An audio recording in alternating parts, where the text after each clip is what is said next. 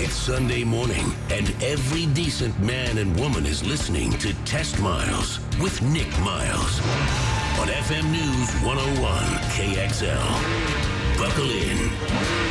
As every week, time to talk cars live from Forest Grove today for the Concours d'Elegance. We have 60 minutes on your weekly automotive radio experience. I'm Nick Miles, and you're, of course, listening to America's Automotive Radio Show, keeping you connected to the automotive world, locally created and nationally celebrated. I would not miss this event for anything. In fact, I was in the middle of Mini Takes Estates, which is a 16-day drive starting in Atlanta, Georgia, going up the eastern seaboard across the top of America and coming down and ending in Palm Springs, with 1,400 other Mini owners daily making that drive. And when I found out Concours d'Elegance at Forest Grove was going on at the same time, I had to fly home. I had to be here to see some of the best cars that are on display in our area. So if you are in the Forest Grove area, the encouragement is for you to come down and see the cars. Our whole team is here. What are we going to introduce you to, I guess, would be on today's show? Well, Alan Stevens is going to join us. He is the chairman in the 44th Annual Concours d'Elegance in Forest Grove. We're also going to have the appraiser, historian, and writer. You may know him from Jay Leno's Garage, Donald Osborne. He'll be one of the official presenters of the show. Monty Shelton, that should be a name you know very well. Legendary Portland racer. He has been here at this event since 1973. We will have also now I have to get this right because she doesn't spell her name like you'd expect it, but it's Sarah Rush, I think it's Rusha. She is the marketing manager from BMW Portland. She's going to be here to talk to us about BMW's sponsorship of this event and the fact that they are trying to raise money to chase away canine cancer. And if we have time, we'll talk to a few of the owners who have cars here. So I'm honored to have join us the man who basically, this isn't a family inheritance for you, I do believe, Alan. The Concours d'Elegance, we are the chief bottle washer and the instructor of all. This has been in your family for quite a few years. That's right, Nick. My father was one of the founders back in 1973, and I was a kid out here in the 70s and helping out as a volunteer, and have just kind of grown up around cars, and I learned to appreciate them, and now I'm a collector myself with a couple of cars. And so we wanted to continue the tradition of the Forest Grove Concours, and so it's produced by the Rotary Club of Forest Grove. We have about 200 Rotary Club volunteers here on site today, and the event raises money for Rotary Club student scholarships and community service programs here in Washington County. So we give scholarships to high school students to attend Pacific University or the college of their choice, and we also raise money for local programs like youth baseball, youth basketball, the Boy Scouts, things like that. Now you have a number of themes going on here this year. You have introduced some new classes, but you're also celebrating the Autobahn. Correct. Yes, our theme today is the allure of the Autobahn, speed and style. And so if you think about what Germany and the type of cars that Germany has produced, they've produced some of the most significant automobiles in the history of the automobile. So you think about Mercedes-Benz, Porsche, Volkswagen, and BMW, and we have very rare examples from all of those marks here today. I actually have had a little time to wander around, and there seems to be some race cars that come from very special collections. That's correct. We have, we're very fortunate, we have some collectors here in the Portland area. One of them is Ernie Spada Jr., and he has brought out two of his Porsche competition cars today. One of them is a 1985 Porsche 962. This car raced at Le Mans in '85 and then also came to the U.S. and raced in the IMSA series at Sebring and Daytona. He also has a 2008 Porsche 997 RSR. It's in the Flying Lizard livery. This car also raced at Le Mans and has competition history. And so very, very rare to see cars of this caliber in a Concours like this. And I also noticed that here there are some sort of, I would say, unusual cars from Germany as well. Like I look down the line of Porsches, and there are not necessarily race cars, but some cars. You know, when I go to a Porsche museum, I don't often see so many collectible Porsches and some models that I haven't seen in the flesh ever. Yeah, we've got two classes for early Porsche street cars and later Porsche street cars. We have some wonderful Porsche 356s, really museum quality cars. In the Porsche 911 class, we have a rare 1964 911. Is the 127th 911 built. Very, very early car. It has features that you don't see on the later cars. So it's really a rare treat to see cars like that. Now, this is a competition, and so you have a whole bunch of classes. How does that work, and who judges it, and what are the prizes? So we have over 50 judged classes, and the car owners can enter their automobile for judging or just for display. And so out of the 350 cars we have in the show today, about 125 or so are being judged. We have a 3-person judging team for each class. They'll usually judge 4 to 5 cars in each class, and they judge on a 100-point scale. So the car will start with a score of 100, and the judges will walk around the car, look at the condition, examine the authenticity, and they'll take deductions in quarter-point increments. So if there's a flaw in the paint, that would be a quarter point. If there's something on the car that maybe it's not correct, it wasn't made at the factory with a certain option that somebody has added, that would be a deduction. So you can imagine it gets pretty intense when you're a car owner who's put, hundreds of thousands of dollars into your car, right, and then you're getting those deductions. It doesn't. It's a kind of a moment of truth for the car owner at that time. So antiques, collectibles, and then the competition, of course. There are cars from eras starting back when? When's the earliest? I believe the earliest car we have in here is a 1904 Holzman. It's an auto. It's an auto buggy, and it has the wooden wheels, and that's the earliest car that we have on the show field. And this judging will take place around 1 o'clock today? So we're judging the cars right now here in the morning. Okay. We start in the morning, and then we go through a process of scoring where they add up the scores for each car in class. And then at 1:30 we start with a trophy presentation. Okay. And you'll see the best in class winners roll across the stage, and then a little bit later in the afternoon we boil it down to the top 4 cars in the show. Those come up and compete for best in show. So 2 last questions for you. One, if you could go and pick a car off of the floor here that you would, off the lawn here at the Pacific University, that you would drive home, which one would it be? Well, it's a tough choice with so many great cars. There is a Ferrari 250 GT. The red one, the dark red one? The dark red California Spider. Yeah. It actually, if you remember the movie Ferris Bueller, when they stole the Ferrari, this is that model of car. Right. Slightly darker red. Slightly darker red. Very rare car. Only one of a handful that were built and used in competition. This car was actually competed and was driven by the famous driver Wolfgang von Trips back in the day in the early 60s.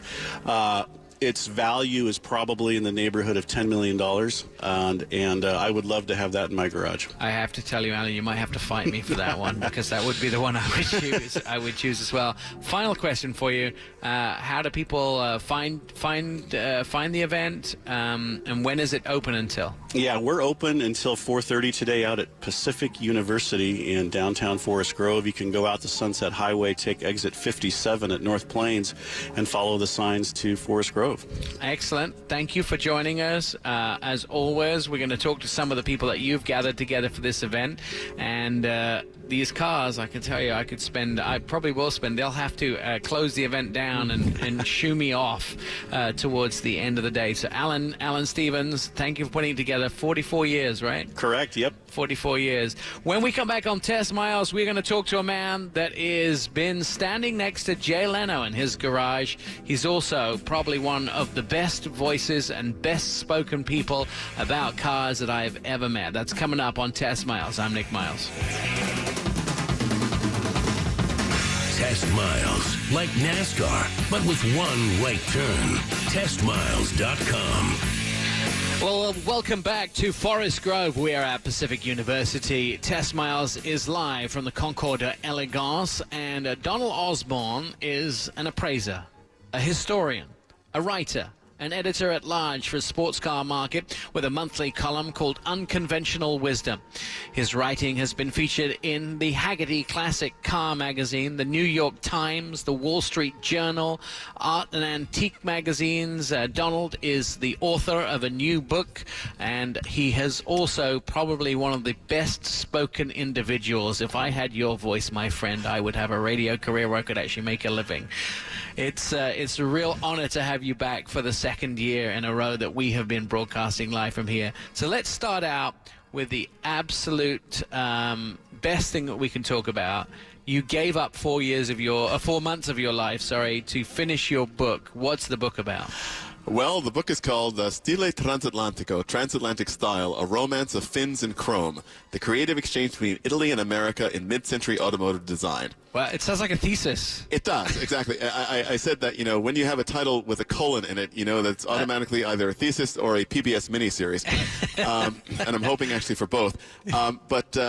It's the story that actually hasn't been told. It's something which has fascinated me forever, which is the fact that in the decade between 1949 and 1959, right. Italy really looked to America for inspiration, because America was just bold, brash, confident nation at the end of World War II. And Italy, while certainly the home of great design for centuries, right. Really was just rebuilding itself from the rubble of the war. And so you saw in this decade an extraordinary number of remarkable cars created in Italy for American companies and for Americans, and also saw the influence of Italy on American car design in a way that you'd never seen it before. So there's a marriage there that we often don't associate between the two sort of manufacturing lines, I would say. But now, a lot of times when Italians make cars, they make them for the American market because, of course, this is where they sell most of their cars, right? Absolutely. And the very special thing about this particular decade was the fact that you saw two parallel tracks. There was a sort of a classic track of Italian design coming from the 1930s. A lot of aerodynamic research was done in Italy during the 1930s. And then in the 1940s, you saw this sort of brash, jet-age American Hollywood influence coming to Italy. You watch Italian movies after World War II, and all of the sort of the flashiest people drove American cars. Right. Cadillacs, big Fords, whatever it might be. Yeah. And you saw in the decade Italian cars with great lashings of chrome and fins and all the stuff which you associate with American cars. But they really sort of took it in and made it their own. And sometimes you sort of feel that there are things in some of the Italian cars that you didn't expect out of Italy, and maybe those are the influences that America had on those cars. I mean, I could give you an example today which is really interesting, is like every BMW comes with this ashtray option. And this is clearly not an American influence. It's because in Germany, an ashtray option is a necessity, for a lot of Germans who still use their cars to smoke. But in America, I don't think I've seen an ashtray option in any car that was built specifically for the American market. So are there things that are specific to Italy versus America, where they did things with Italian cars that they would never normally have done if America hadn't influenced them? Well, interesting that you mentioned ashtrays, because for many years, certainly until the 1970s, the ashtray was one of the most important accessories in an Italian car. It didn't really matter where they put the radio, how they located the gear shift knob, as long as the ashtray was large enough and high enough so that you could make sure that you could use it all the time, even if it was an open car. That was absolutely vital. But it's quite interesting that for the Italians, it's all about connection to the road, connection to driving. Right. And so even in an Italian-bodied Cadillac, you still saw that there was a connection to the road that you would not see in an American version of the car. Right. American cars were designed to keep you as insulated from the road as humanly possible. And right. An Italian car is designed to connect you as directly to the road as humanly possible. Right. And I see that a lot in definitely the modern European cars that are coming here. I mean, one of them, a great example, we have one in front of us, is the BMW i8. One of the things that they did with that car is try to make it feel like you were part of the road when you drove it. Whereas the sort of American version of the car makes you kind of, the sound deadening is a big thing, and then very soft sofa suspension is a big thing. So you almost don't feel like you're driving at all. Whereas some of these old Italian cars, you turn the corner and the whole car leans all over, so you feel the gauge of the road as you go around the corner. And I can totally relate to that after driving those cars. But I want to ask you a little bit about this event here. So you're the Master of Ceremonies, I would guess, is the best title for you. They say the presenter, but I feel much more like you're one of the Masters of Ceremonies. And you are judging as well, or you're just presenting? No, fortunately today I don't judge, and I'm very, very, very fortunate that I'm not. I do judge at some Concours events around the country. And I'm really glad not to be a judge here today, because one of the things that's so incredible about this event is the sheer range of cars. Right. I mean, we've got these historic Porsche race cars. We've got some of the most spectacular big classics, that wonderful Mercedes 500K. That's right. the poster car for this year. We also have some of the most incredible Karmann Ghia Volkswagens I've ever seen in my entire life. And that's a new category this year, right? Yes, the Volkswagen class is new, and you see the range of cars. You see the best of all types of cars. And what's most important to me about this show is that everything is connected with passion. The people that show their cars here, whether it be that Mercedes 500K or a Karmann Ghia, these are cars that mean so much to them. Right. The passion is unbelievable. The interesting thing I find is that there is no age limit to people being here. So I'm watching teenagers, Boy Scouts. I'm watching people, with their families here, and then I'm watching, people who have been car collecting for 60 years here as well. So this transcends generations. It transcends lifestyles. It transcends interests. The car is bringing everybody together, and the displays here go from everything from these big classic Italian cars that I've seen that are twice the length of anything I've seen before, and then I'm seeing sort of race cars and those type of things. If you had to sum up this event in the world of automotive Concours events, where does Forest Grove land? Forest Grove is, and it's very interesting, I was just chatting with one of the entrants who's brought three very important historic Porsches as well as a VW, and he's never done a Concours d'Elegance before in his life, and he's going to be showing a car at the Pebble Beach Concours later, and so he thought he'd try out the Concours scene by coming here. And I said this is a great one to come to because it's really warm and enveloping and encompassing in a way that Pebble Beach, as wonderful as it is not. That's a real competition. Those are the Olympics there. Right. But this show also proves the fact that there are people who are worried about the car collecting hobby. That how does it run intergenerationally? And the Forest Grove Concours, as you just mentioned, proves that there's still a great appeal. Cars mean so much to so many of us on so many levels, and everyone can connect to their particular passion here at this show. One car that you would drive away today here if you were given the keys without any money exchanging hands, what would it be? Well, even though it's sort of trite, it would probably be a toss-up between that 1960 Ferrari 250 GT California Spider or this incredible 1955 VW Beetle convertible. It's absolutely spectacular. Alan Stevens and I are already fighting over that Ferrari, by the way. So I'll take the VW. I'll be perfectly happy. Thank you so much, Donald, for being a guest again this year on the show. Please come out and say hi to him. He's a wealth of knowledge, and pick up his new book. If this is something that interests you, I'm kind of interested now to understand more about the topic. What's the book called again? Stile Transatlantico, Transatlantic Style, A Romance of Fins and Chrome. Excellent. Published by Coach Bill Press. Excellent. Thank you, my friend. This is Tess Miles. I'm Nick Miles. We'll be right back. Thank you very much, Nick. Throw it in neutral and coast in with testmiles.com. Back at the Concours d'Elegance here in Forest Grove, and a gentleman that I have admired from afar for a very long time, but I've never got to meet or never got to speak to because, well, let's face it, Monty, you're a bit of a legend. 56-year racing career. You've won the Portland Rose Cup 7 times. You've championed some Porsches around the racetracks in the United States. You part of the founding team for Concours d'Elegance. You participated as a judge, as an entrant at the Forest Grove event, and you really began racing back in 1960s with a 100M Austin Healey. Do you have more stories than anybody else in the racing community? Because I hear that you've got some great ones. Well, I have some, I guess people find them interesting. I have done a lot of races and had a lot of interesting experiences in my racing career. In 1960, March of 1960 was my first race on 100M Healey at Shelton, Washington. And that's incredible, because that sort of Healey went on to really develop a whole line of cars, you know, sort of cousins, let's say. By the middle 60s, I was into Cobras and Porsches and a lot of big cars, and I had pretty good success. You stepped it up, you know, winning the Rose Cup 7 times as well. I mean, you're still coming out. You're what I would say one of the classics, and you're still managing to make some waves in the racing community.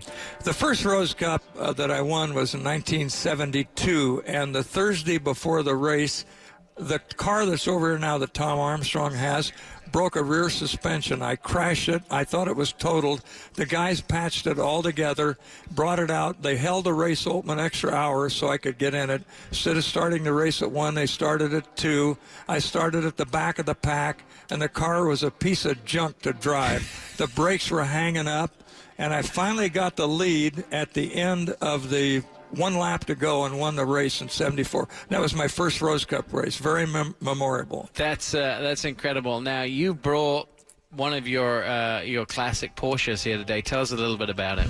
That's the car that everybody refers to, Old Blue, because I've always raced blue race cars. And I built this car in 1981 and was in the Trans Am in 3rd place when a rear tire burst. Oh, wow. At about 100 and very fast, 140, 50, 60, I don't know. I hit a little guardrail. The car went end over end over end. Oh. And when it hit the guardrail, I'm up in the air, and everything got real quiet. And I knew it was not going to be a good ending. So the car hit, and it just shattered it all, knocked me out, knocked the wind out of me.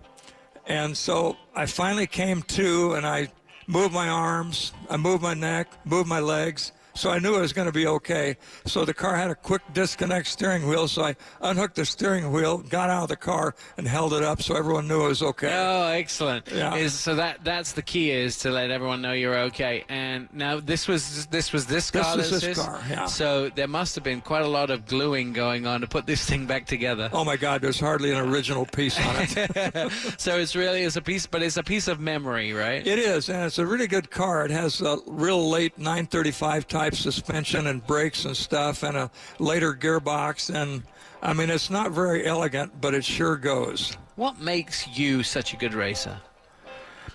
You know, if I was going to say I have the ability to, when I get behind the wheel, I clear my mind of everything else. The only thing I'm interested in is the next few feet of asphalt. And That's all that matters. I don't get distracted. I have total focus. All right, so let's talk a little bit about the event today. What you know, obviously you're a founding member. You've only missed 2 Concours d'Elegance, I think, since they began. What makes you come back year after year? What is this event to you? I'm obviously a little loony. I just have a total... Was that the accident you just told us about? Did it maybe the damage we couldn't see, right? I grew up not knowing right away that I like cars, but I've just totally loved cars. Everything about them, all kinds, everything. I just love it. I love the car culture. I have 35 of my own cars. And a big garage, I'm guessing. 2 big garages. 2 big garages, yeah. You couldn't fit them into one. So coming back here, and I'm asking everybody's question, the last question for you, Monty. If you, and we have to discount your blue car, but if you were to drive something off of the green here today at the Pacific University, you wanted to drive a car away. There's no price tag. Price tag wouldn't matter. I was to give you the keys. What car would you drive away from here? I think I'd like to have it on the grid at some big race, and I'd like to drive Ernie Spada's 962. All right. And that's the last. I drove a 962 10 years ago when I was 72. I drove it to a lap record at the Portland Rose Cup, and that was the last one I won. It was my 7th Rose Cup win, and I was 72 years old. I'm pretty proud of that. And, So that's what I would drive. I'd get Ernie's car up, I'd burn rubber with it, and I'd go like heck. Just warn me not to get stuck behind in front of you at a light, because I'm sure you'd be past me.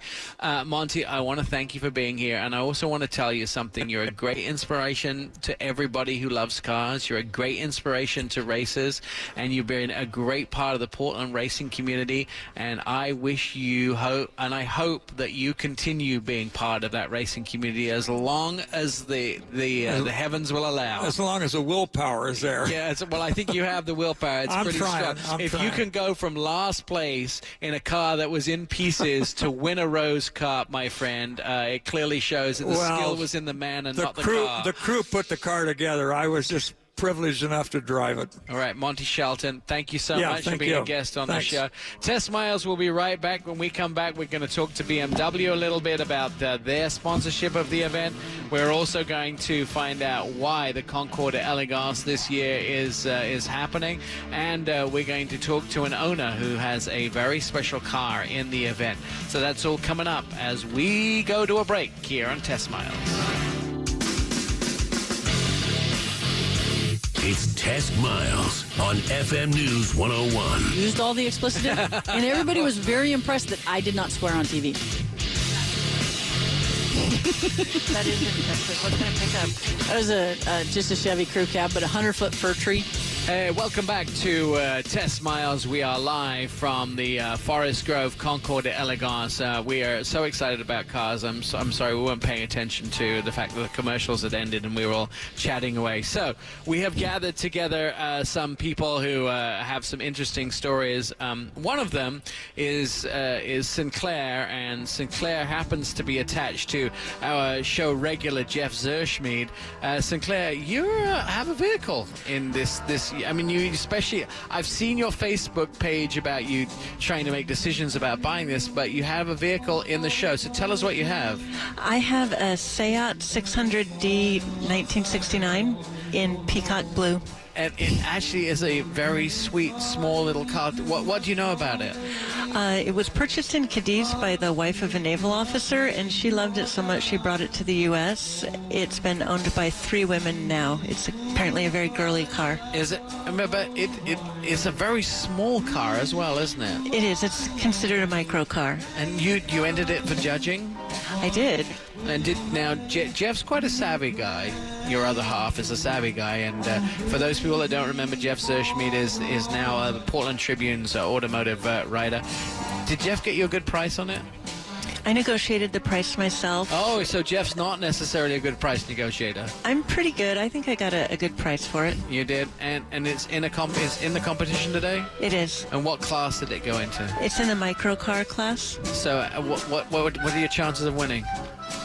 There's this really, really nice red one. It's going to be tough to beat. It is. How original is yours? Very. It's the original color. The upholstery is very similar to the original. The interior and all the engine parts are original. So did Jeff go through it with a magnifying glass just to make sure before he let you buy it? Pretty much. Or did you twist his arm and say, I don't care, I was going to buy it anyway, but I let him look at it. Jeff had no say in it. Sinclair, I wish you the best of luck with Thank that. you. And I'm going to wander over and have a look at it, because I've seen the pictures on Facebook, but I haven't seen it in real life. Thank you. One of the things that is happening today at the event is sponsorship, and there's 2 forms to that. BMW have a celebration, and Sierra is here from BMW. You are one of the people that is sort of representing the sponsor of the event. BMW have an important centennial coming up. Is it 100 years for BMW? 100 years of BMW, yes. And that's since the company existed? Yes. But also there's a charity aspect as well, which is for canine cancer. Yeah, I lost my best girl to cancer 10 years ago. Right. And so I've got a wrapped I3 out here that says Chase Away Canine Cancer, and it's just a grassroots fundraising organization that is volunteers across the country, and we've raised over $1 million and have funded 21 canine cancer studies to date. I will tell you that I have lost 2 of my children to cancer. Unfortunately, they were both beagles. And beagles suffer terribly from cancer. But one of the hardest things is we promised our first girl that we lost that we would do something to help other beagles. And I somehow, and I'm not quite sure how it happened, ended up with 3 beagles because of that.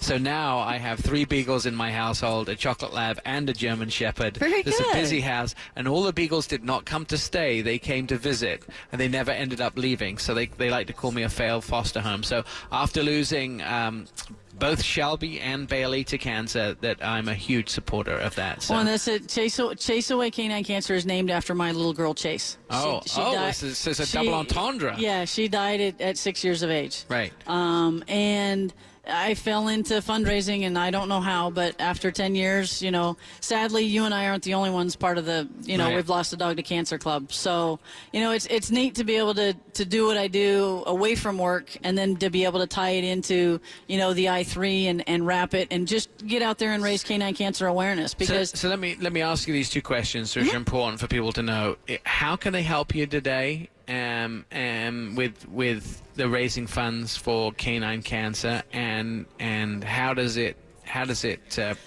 work for the group? The biggest things that we do, and as much as raising money is very, very important, and funding studies, the most important thing that everybody can do is once a month, pick a day of the month and do a nose-to-tail exam on your dog. And if you find a lump or bump, go to the vet. Right. Because if you catch it early, it's just like you and me. If you catch it early, you have a fighting chance. It's fantastic to see now that I know I lost my girl to cancer, but because we do this promotion every single month to fund, for people to check their dog, there's dogs that are alive today because people they checked because they were told, and now there's still a lot of people that say, I didn't know dogs got cancer. No, oh yeah, yes, yeah. Yeah. I have to tell you, I spent my life saving on trying to save Shelby, and unfortunately, we failed to do so. So Yeah. I would have gladly donated all the money that we spent if I had known. If they had said it would have been $100,000 and we'll fix your dog, I would have said start fixing her. I'll go get the money. Right, that's how I feel. It affects 1 in 3 dogs, and after the age of 10, it's a 50-50 shot. It's Right. Cancer kills dogs over 10. That's the highest risk factor Right. in dogs after 10. So. All right, so tell me about how people can help with the fundraising. They can just go to Chase Away and then the letter K, number 9, cancer.org. You can donate right there online. We sell T-shirts. The neat thing is I piggybacked on another 501c. So we are a donor-advised fund. All of the money that we raise, if you hand me $10, it goes into a donor-advised fund. It goes only out to fund canine cancer studies. I don't get paid. I have a full-time job. Right, that's excellent. So let's talk about that full-time job. Yes. Part of that is your full-time job is with BMW. Yep. BMW are celebrating 100 years. Isn't that cool? And yes, I mean, that's amazing. And as I was mentioning to you just in the break, I'm working with part of the BMW family right now. I'm on Mini Takes Estates as their official television spokesperson, and I think. In the last 2 weeks, I've done like 40 television interviews, which has been really great for them. BMW have some incredible cars, and you have a couple of them out here today. You have obviously your i3. We've got the BMW i8. Right. And then we've got the M6, and that is a 1 of 130 in the world. It's a special edition. Yes. And then you have your wrap. And I've got my i3 wrap. Right, and so probably you have the best sample, minus I would say that the M2, you have pretty much all of the BMWs. The I have M2s in are coming in the door and going right, as fast as they come in. So pretty much every car I would own out of the BMW fleet is sitting out there on the lawn as well. Very good. And one of the i8, I'm scanning the crowd here, so I'm going to guess there's probably about 500 or 600 people in front of me, maybe close to 1,000. I'm not that good a judge. And the largest percentage around any car is around the i8. They all seem to be around the i8, don't they? It's a strange reason. I got to to drive it out here, and that's a beautiful car. Absolutely, and I always like to tell everyone, it has the same engine as the Mini in the back, and they go, it does? Yeah, it says the same 3-cylinder engine as the Mini in the back. They just did a lot of things different to make it perform like that. So now BMW celebrating 100 years. How how incredible is that? Like, there are probably maybe 6 or 7 other car companies in the world that have made it that long. And just to see the involvement. I mean, you go back to this dealership started in 1970, and where from the 2002 to now you're sitting here with these cars. Now the i8, the M6, the i3s, where technology is taking us is just amazing. Let alone look at the i3 and it's all carbon fiber. I'm driving a race car. And that carbon fiber is made in Washington, by the way, at a hydro cool? plant. I know. So it's almost like you bought local.